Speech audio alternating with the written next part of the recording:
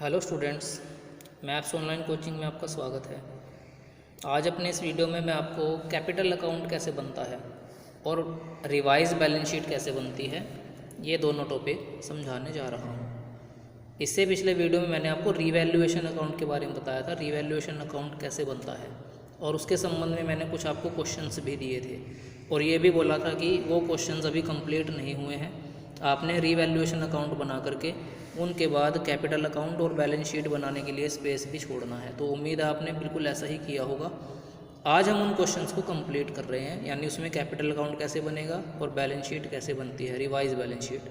तो ये आज मैं आपको समझाने जा रहा हूँ, तो बड़े ध्यान से आपने इस वीडियो को देखना है और लास्ट तक देखना है। तो कैपिटल अकाउंट देखिए कैसे बनता है। सबसे पहले इसके परफॉर्मे की बात करते हैं। पर्टिकुलर का कॉलम आएगा इसमें एक, और जितने पार्टनर आपके पास होंगे नए पार्टनर को जोड़कर उतने कॉलम आपने अमाउंट के लेने हैं। तो देखो इसमें दो पार्टनर तो पुराने थे, अनुराग और भावना, जो हमने कल क्वेश्चन लिया था उसी क्वेश्चन की बात कर रहा हूँ मैं। अनुराग और भावना दो पार्टनर थे, एक नया पार्टनर इसमें मोनिका आई थी, तो तीन पार्टनर हो गए टोटल। तो आपने तीन कॉलम लेने हैं अनुराग, भावना और मोनिका के दोनों साइड में। पर्टिकुलर अनुराग, भावना, मोनिका, पर्टिकुलर अनुराग, भावना, मोनिका। तो इस प्रकार से तो इसका परफॉर्मा तैयार होगा। इसके बाद कैपिटल अकाउंट में कौन कौन सी चीज़ों को लिखा जाता है, एक नज़र डाल लेते हैं उनके ऊपर। तो देखिए ये 6 चीज़ें होती हैं कैपिटल अकाउंट में आने वाली, इनको आपने ध्यान रखना है। और अगर आप स्टेप वाइज ही कैपिटल अकाउंट को प्रिपेयर करोगे तो आपको कैपिटल अकाउंट बनाने में किसी प्रकार की कोई दिक्कत नहीं आएगी। अगर आप ऐसे ही अंदाजे से, आइडिया से, इधर उधर से देखकर, पूछकर बनाने की कोशिश करोगे तो अध कचरा ज्ञान आपको मिलेगा, आपको फुल नॉलेज इसकी नहीं मिल पाएगी। तो मैं आपको पहले पूरी आइटम्स के बारे में बता देता हूँ कि कैपिटल अकाउंट में कौन कौन सी आइटम्स आती हैं। सबसे पहले इसमें हम दिखाते हैं ओपनिंग बैलेंस ऑफ कैपिटल। जो भी आपको कैपिटल के ओपनिंग बैलेंस दिए होंगे सबसे पहले तो वो दिखाए जाएंगे। उसके बाद आपने जो रीवैल्यूएशन अकाउंट बनाया था उसका प्रॉफिट या लॉस इसमें दिखाया जाता है। उसके बाद हम दिखाते हैं न्यू पार्टनर की कैपिटल, जो नया पार्टनर अपने साथ कैपिटल लाया है। उसके बाद दिखाते हैं न्यू पार्टनर की गुडविल, जो नया पार्टनर गुडविल लेके आया है। उसके बाद undistributed profit reserve old goodwill. अगर आपको बैलेंस शीट में, फर्म की बैलेंस शीट में कोई अनडिस्ट्रीब्यूटेड प्रॉफिट नज़र आता है, कोई रिजर्व नज़र आता है या पुरानी गुडविल नज़र आती है तो उसको दिखाया जाएगा। और छठे नंबर पर एसेट और liability taken over by partner. अगर किसी पार्टनर ने किसी एसेट या लाइबिलिटी को टेक ओवर किया है, टेक ओवर मतलब ले लिया उसने बिजनेस में से उसको, तो वो दिखाया जाएगा। तो ये कुल मिलाकर 6 पॉइंट आते हैं कैपिटल अकाउंट में। इनके बेस पे आपका कंप्लीट कैपिटल अकाउंट तैयार हो जाता है। तो मैं कल वाले क्वेश्चन को ही, ठीक है, इसी बेस पर इसका कैपिटल अकाउंट आपको बना करके दिखा रहा हूँ। तो ये देखिए ये कैपिटल अकाउंट बना हुआ है। तो बारी बारी से सबसे पहले देखो opening balance of capital. Capital के इसमें ओपनिंग बैलेंस दिखाने हैं और कैपिटल होती है लाइबिलिटी, लाइबिलिटी का क्रेडिट बैलेंस होता है। तो क्रेडिट साइड में दिखाते हैं ओपनिंग बैलेंस को बाय बैलेंस बीडी के नाम से, ये लिखा हुआ है बाय बैलेंस बीडी। तो आप बैलेंस शीट में जाइए, वहाँ से जो पुराने पार्टनर हैं अनुराग और भावना, इनकी कैपिटल अनुराग की 30,000 और भावना की 20,000, ये बैलेंस आपने यहाँ से उठाने हैं कैपिटल के लाइबिलिटी साइड में से। तो ये आ गया अनुराग 30,000, भावना 20,000। इसके बाद रीवैल्यूएशन अकाउंट प्रॉफिट या लॉस। तो देखिए ये कल हमने रीवैल्यूएशन अकाउंट बनाया था इसका, और ये इसका आंसर आया था profit to profit transfer to capital account. और हिस्से में आया था अनुराग के 3610, भावना के 1805।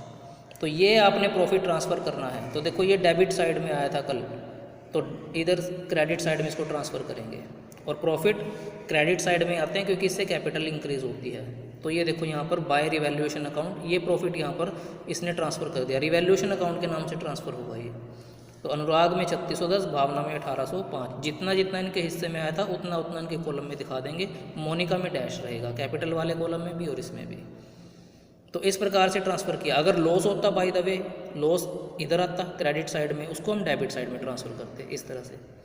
तो क्रॉस आपने ट्रांसफ़र करना होता है। तीसरे नंबर पे है फिर न्यू पार्टनर की कैपिटल। तो देखो नया पार्टनर कितनी कैपिटल लेके आया था, क्वेश्चन को ध्यान से पढ़ो। मोनिका ये दे रखा है यहाँ पर, उसे 15,000 रुपये पूंजी और 6,000 रुपये ख्याति के लाने होंगे। तो 15,000 रुपये वो पूंजी के लाई है मोनिका। न्यू पार्टनर की कैपिटल इसमें 15,000 दे रखी है। तो इसको हम दिखाएंगे क्रेडिट साइड में ही बाय कैश के नाम से। मोनिका के कॉलम में 15,000, क्योंकि न्यू पार्टनर की कैपिटल है तो न्यू पार्टनर के कॉलम में ही दिखानी है इसको 15,000। अनुराग और भावना में डैश आ जाएगा, तो बाय कैश के नाम से दिखाएंगे इसको, क्योंकि एंट्री बनती है cash account debit to capital account. उसके बाद अगला पॉइंट था न्यू पार्टनर गुडविल। अब देखो नया पार्टनर गुडविल कितनी लेके आया था, 6,000 उसको ख्याति के लाने होंगे, ये लिखा हुआ था। तो ये गुडविल वो लेके आता है ओल्ड पार्टनर के लिए, क्योंकि जब मैंने इसके अकाउंटिंग ट्रीटमेंट ऑफ गुडविल के क्वेश्चन कराए थे, तो जो न्यू पार्टनर गुडविल लेके आता है उसको हम किस में बांटते हैं, ओल्ड पार्टनर्स में बांटते हैं, सैक्रिफाइस रेशो में। तो ये ओल्ड पार्टनर्स के लिए लाया है वो, तो आएगी क्रेडिट साइड में ही, ये लिखेंगे इसको बाय प्रीमियम फॉर गुडविल। क्या लिखना है आपने इसको, बाय प्रीमियम फॉर गुडविल। और इस 6,000 को आपने अनुराग और भावना में डिवाइड करना है सैक्रिफाइस रेशो में। सैक्रिफाइस रेशो आप कैसे निकाल लोगे, ओल्ड माइनस न्यू। अगर क्वेश्चन में न्यू रेशो नहीं दे रखी है तो सबसे पहले आप न्यू रेशो निकाल लोगे, उसके बाद फिर ओल्ड माइनस न्यू करके सैक्रिफाइस रेशो निकाल लोगे। सैक्रिफाइस रेशो के सारे टॉपिक मैंने आपको पिछले क्वेश्चनों में करा दिए हैं। तो सैक्रिफाइस रेशो में आपने 6,000 को डिवाइड करना है, तो 2:1 आएगी सैक्रिफाइस रेशो इस क्वेश्चन में। तो अनुराग और भावना में डिवाइड कर दिया मैंने 6,000 को, 4,000 और 2,000 उनके हिस्से में आ गया। तो ये 4 पॉइंट हमने दिखा दिए, opening balance of capital, revaluation account का प्रॉफिट या लॉस, न्यू पार्टनर की कैपिटल, न्यू पार्टनर की गुडविल। इसके बाद अनडिस्ट्रीब्यूटेड प्रॉफिट, रिजर्व या ओल्ड गुडविल। आपने बैलेंस शीट में जा के देखना है, ये हमारी बैलेंस शीट थी क्वेश्चन की। इसमें देखो कोई अनडिस्ट्रीब्यूटेड प्रॉफिट या रिजर्व, अनडिस्ट्रीब्यूटेड प्रॉफिट या रिजर्व होते हैं लाइबिलिटी साइड में। तो देखो लाइबिलिटी साइड में ना तो कोई प्रॉफिट नज़र आ रहा है, ना ही कोई रिजर्व नज़र आ रहा है, 2 आइटम है यहाँ पर, क्रेडिटर और कैपिटल। तो ना ही कोई अनडिस्ट्रीब्यूटेड प्रॉफिट है, ना रिजर्व है। और ओल्ड गुडविल होती है एसेट साइड में, तो देखो एसेट साइड में कोई ओल्ड गुडविल भी नहीं है। तो ये पॉइंट क्वेश्चन में दिया हुआ नहीं है, तो फिलहाल ये क्वेश्चन में नहीं आएगा। जिस क्वेश्चन में ये पॉइंट दिया होगा उसी क्वेश्चन में इस पॉइंट को लिया जाएगा। तो फिलहाल इस पॉइंट को हम छोड़ देते हैं। और लास्ट पॉइंट है एसेट और liability taken over by partner. अगर किसी पार्टनर ने कोई एसेट या लाइबिलिटी टेकन ओवर की है, ली है, तो आप इसके लिए क्वेश्चन की सभी लाइनें ध्यान से पढ़ो। यहाँ पर दिया होता है कि किसी पार्टनर ने कोई एसेट या लाइबिलिटी ली है या नहीं ली है।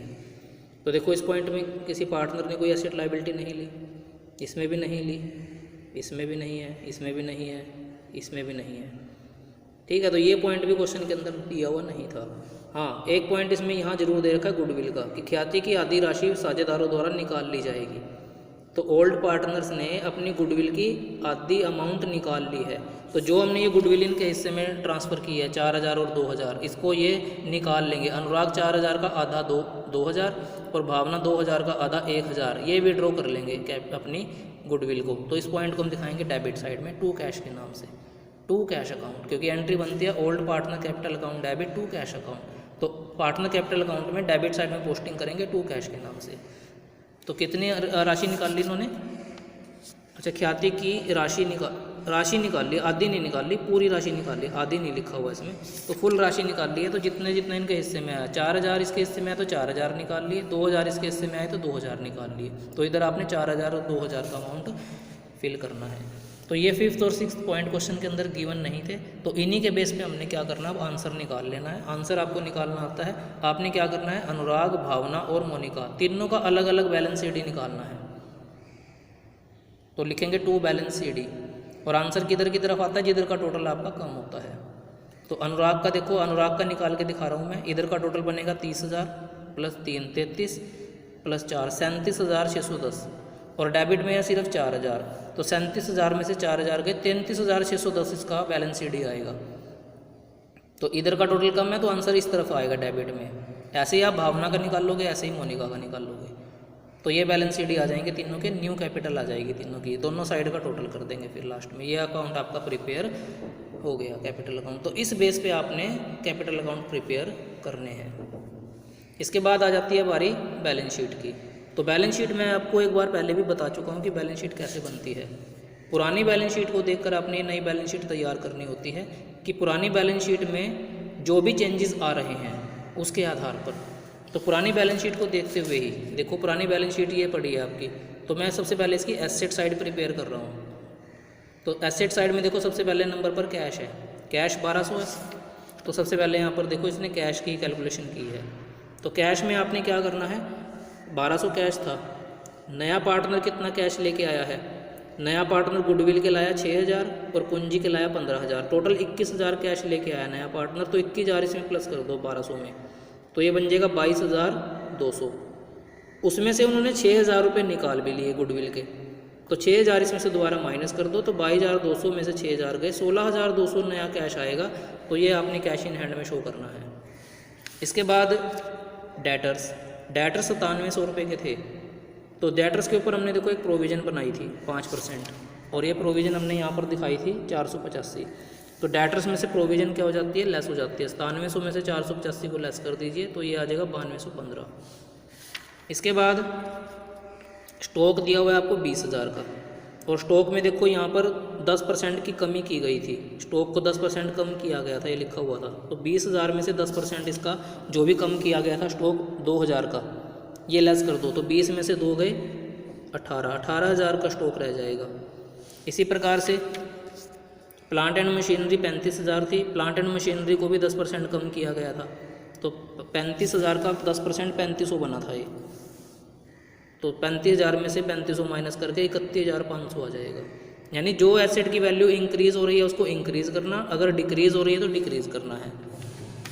इसी प्रकार से बिल्डिंग 50,000 की थी, लेकिन बिल्डिंग का मूल्य 20% बढ़ाया गया था, तो आपने 20% बढ़ाना है। बिल्डिंग आपकी बढ़ी थी 10,000 से, ये देखो ये बिल्डिंग 10,000 से बढ़ी थी, तो 50,000 में 10,000 ऐड कर दो 60,000।